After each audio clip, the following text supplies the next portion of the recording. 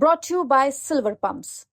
Top quality और consistent performance के लिए सिर्फ सिल्वर पंप्स नाम याद रखना। मैं तो यही चाहूँगा कि हर लड़का ऐसा ही निकले, अपने माँ बाप की सेवा करे। माँ बाप के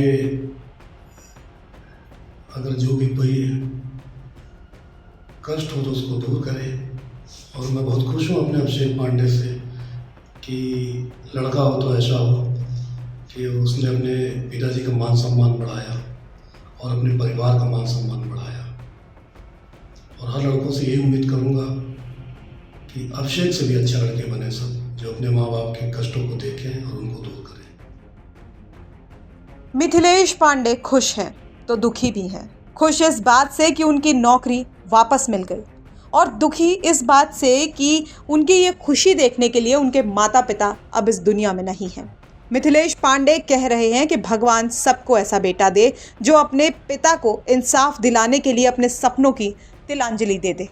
जब 2013 में मैं बर्खास्त हुआ, पुलिस से सेवा से पृथक मेरा जब हुआ और घर आकर जब मैं अपनी माँ को बताया तो माँ बहुत चिंतित थी और काफ़ी दुखी थी मेरी माँ। उसके बाद मेरे को बोली कि बेटा कितना और समय इसमें लग जाएगा। तो मैंने कहा माँ कम से कम 1.5 साल लग सकता है। जब 1.5 साल के बाद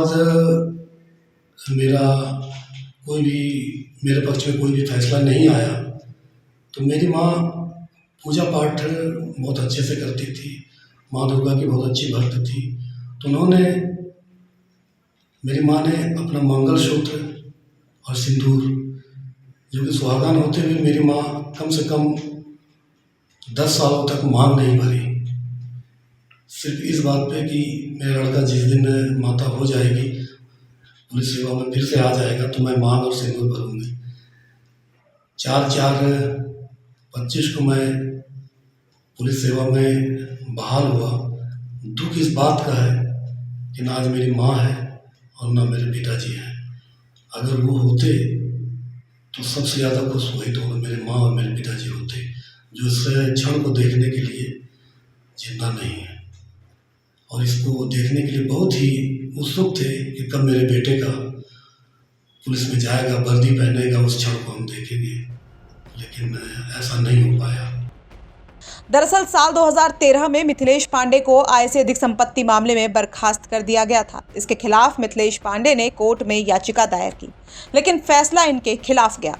इस बर्खास्तगी का ऐसा असर मिथिलेश के बेटे अभिषेक पांडे पर पड़ा कि उन्होंने अपने पिता को इंसाफ दिलाने का फैसला किया और फिर 2021 में अभिषेक पांडे ने लॉ की डिग्री प्राप्त की और 2024 में हाईकोर्ट में प्रैक्टिस शुरू की और अपने पिता के मामले को हाईकोर्ट लेकर पहुंचे और फाइनली हाईकोर्ट में मिथिलेश पांडे की जीत हुई और उनकी बहाली हो गई।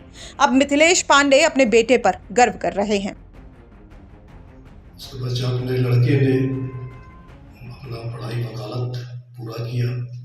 लॉ की डिग्री लेने के बाद उसने कहा कि पापा मैं हाई कोर्ट जाना चाहता हूँ और आपके केस के संबंध में उसको बढ़िया से पढ़ के, और जिस वकील साहब के पास, श्री महेंद्र पटीरिया जी के पास मेरा केस था, उन्हीं के पास गया और मेरे केस को हैंडल किया।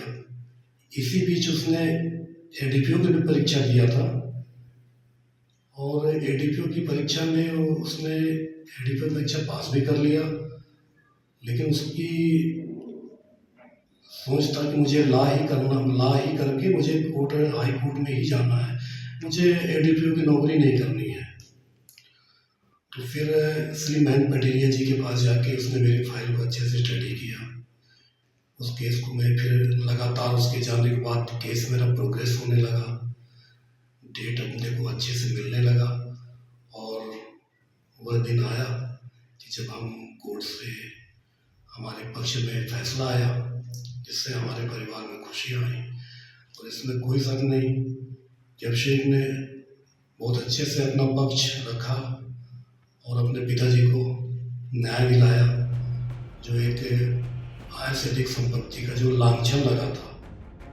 अभिषेक पांडे कहते हैं कि उन्होंने एलएलबी करने के बाद सिविल जज की तैयारी शुरू की, लेकिन उनकी पोस्ट नहीं निकली। इस दौरान अभिषेक पांडे ने सहायक लोक अभियोजन अधिकारी की परीक्षा पास कर ली, लेकिन वो इंटरव्यू देने नहीं गया क्योंकि अभिषेक को लगता था कि अगर वो इंटरव्यू भी क्लियर कर लेता तो सरकारी अफसर बन जाएगा और फिर वो अपने लक्ष्य से भटक जाएगा।